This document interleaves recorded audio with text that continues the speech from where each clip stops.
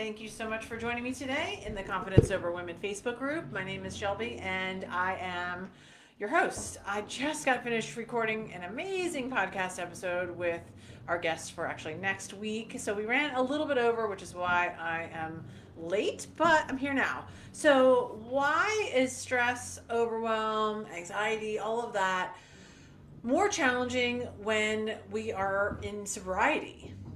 Well, I mean, the obvious reason is because we don't have substances to help us numb out from that, right? And so whether you're new to this sober journey or like me, you've been around for a while, managing stress and recovery is a little bit different. So I wanted to chat about that today with you, just like we did last week. We talked a little bit about post-holiday blues. If you didn't see that, you can check it out on Monday and Wednesday. And I'll be here again on Wednesday this week to tell you 5 of the best stress and anxiety relieving tools without substances. Okay. Also, check out the podcast episode next every Tuesday. They come out live every Tuesday. This week's tomorrow is her name is Jules. She is a member here in the group. Her story is really cool, and I think you're gonna have a lot of fun listening to that. So, as women with substance use disorder, we used to use substances, drugs, alcohol, whatever your thing was, to deal with all of the feelings, most especially the uncomfortable ones, right? So that we didn't actually have to deal with them. In sobriety, it's not hard to get kind of wrapped up in using other things to do the same thing, like food, shopping, sex, exercise, and kind of can be get crossed over into the dysfunctional zone if we aren't careful. And that's actually what I just talked about. It's going to be on the podcast next Tuesday. I want you to kind of look around a little bit, like go with me. This concept is heavily supported by our culture here in the US, especially, and I would imagine in some other cultures as well, as alcohol is completely put on a pedestal as the stress relieving god, if you will, right? Mommies all over the world are shaking their glitter cups full of mommy juice as the solution for parenting.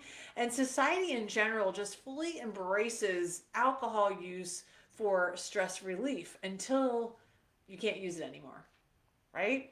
I mean, every commercial you ever see, every event you go to, every party, every celebration, even funerals. I mean, everything we do feels like alcohol is involved and sometimes heavily involved. The truth of the matter is that stress and overwhelm will always be a part of our lives at some level. I mean, we are living in this world that really creates that opportunity on a daily basis, right? So much of life is out of our control. We can't manage all of the things that go on or that are going to affect us. People are going to disappoint us. Our kids are going to be jerks, right? Bosses are going to pile on more work than we can handle. Our finances might be a struggle. Family relationships will create more drama than necessary.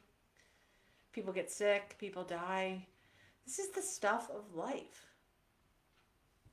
But without your go to relief in alcohol and drugs, the stress can feel a lot harder, right? So, in those moments when you're feeling like, oh, like, how do I handle this? And your brain is kind of like offline and it's looking for that dopamine hit. That's the reason we used to look to substances, and now maybe you pick up a box of Oreos.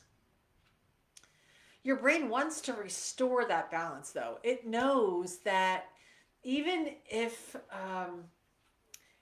it knows that it will restore those things, and the things that are dysfunctional like alcohol or food, they will help even if it's just for a little bit, right? Your brain knows that you're going to get that hit even just for a moment.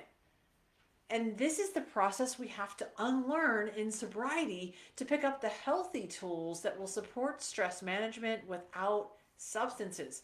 And it's not always easy, ladies. I mean, this is, like I said, not generally supported by the mainstream society. So these are things that we really, truly have to intentionally work on. This is the work that we refer to often. That's why you need a coach or a guide in your life, a good therapist. You need people who are giving you the tools from their own experience and expertise, right? Because we know these feelings are never going to stop coming our way.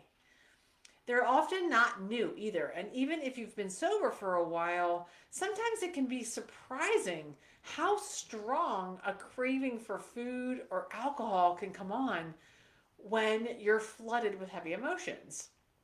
It feels worse to you now because you're not used to it. You never had to feel those feelings before, and because you numbed out with substances. I don't know if any of you can relate to this, and if you've been reading along in my blog over at shelbyjohncoaching.com/blog, you probably know that I've been on a little bit of a health journey, right, since July. And I've been using this particular challenge that's extremely difficult, at least it is for me, to help guide my progress. And the reason why this has become so important to me is because for a few years prior to that, due to a very prolonged sort of life stress that was continuously flooding my brain, I was making really bad choices, and choices like with food and with my time that I knew were not good for me. I knew these were not the best things. I knew going to Chick-fil-A several times a week and getting a milkshake was not healthy for me. I mean, I was always an athlete. I specialize in health and wellness. I help my clients to do exactly not that, right? But yet I was sort of turning my back on all of the tools because the stress was so overwhelming that I couldn't really remember, I guess, or I didn't want to, or I didn't have the guide in my life at that time to help me to the tools that were going to fix that instead of using the food and other things like screen time, etc., that were hurting me. I hope that makes sense. Those big feelings were coming, and I was trying to numb out. Even with all of these years of sobriety, I was still trying to run away from them. I knew that I had to feel the feelings, and I was feeling them. And I was actually giving myself a lot of grace in that. I would extend a lot of grace to myself and say, you know what? These are really difficult times, and I would talk myself through it, and you're okay. You're still enough. You are doing a good job. I had some positive self talk, but the overwhelm was still really powerful that I wasn't able to totally make the transition back into good decision making when it came to my health. So if you want to check it out, you can read the blog. It's fun and entertaining. So we know that you can't drink, right? We can't drink and we can't use drugs right now. I mean, you always can, but we know the risks. We know that what will happen. Most of us have had enough experience to know what will happen if we choose that. So why does this feel so much different now that we're in sobriety? Because our natural way as addicts and alcoholics is to run away from those things. Our natural way, and I would argue that this is probably the natural way for most human beings, but I only know my own experience and that of other alcoholics, is to get away from, to numb out, to relieve those big unmanageable feelings. And so we almost have to swim upstream or go against the grain to insert the tools and make choices that are healthy for us, that are going to be helpful during the overwhelm and stress, that are against our natural way. That's why it feels harder in sobriety to manage the stress and the overwhelm.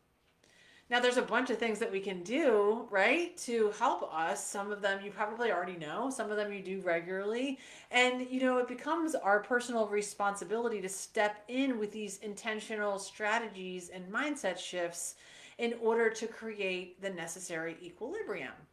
Right? We talked last week a lot about the balance that our brain is looking for, and it's always striving for to get us back to an equilibrium.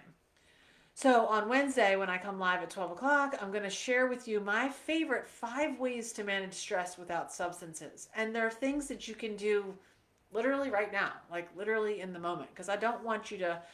I mean, sometimes it's nice to have things that you can plan out, or things that are bigger or more involved, but it's also super great to have things right at your fingertips that you can take control of your anxiety and your stress right now. And in fact, if that sounds like something you really want to jump into right now, I have a course called The 5 Ways to Take Control of Your Anxiety in the Moment that's super easy. It's video based. It's very digestible in just a couple hours, really. It has a workbook that goes with it. It tells you exactly what to do, but it gives you 5 tools to do right now. So if you're like in your office or you're in your bedroom or you're somewhere, you can utilize some of these strategies right now to help relieve some of that anxiety and stress and really prevent you from getting into maybe a panic.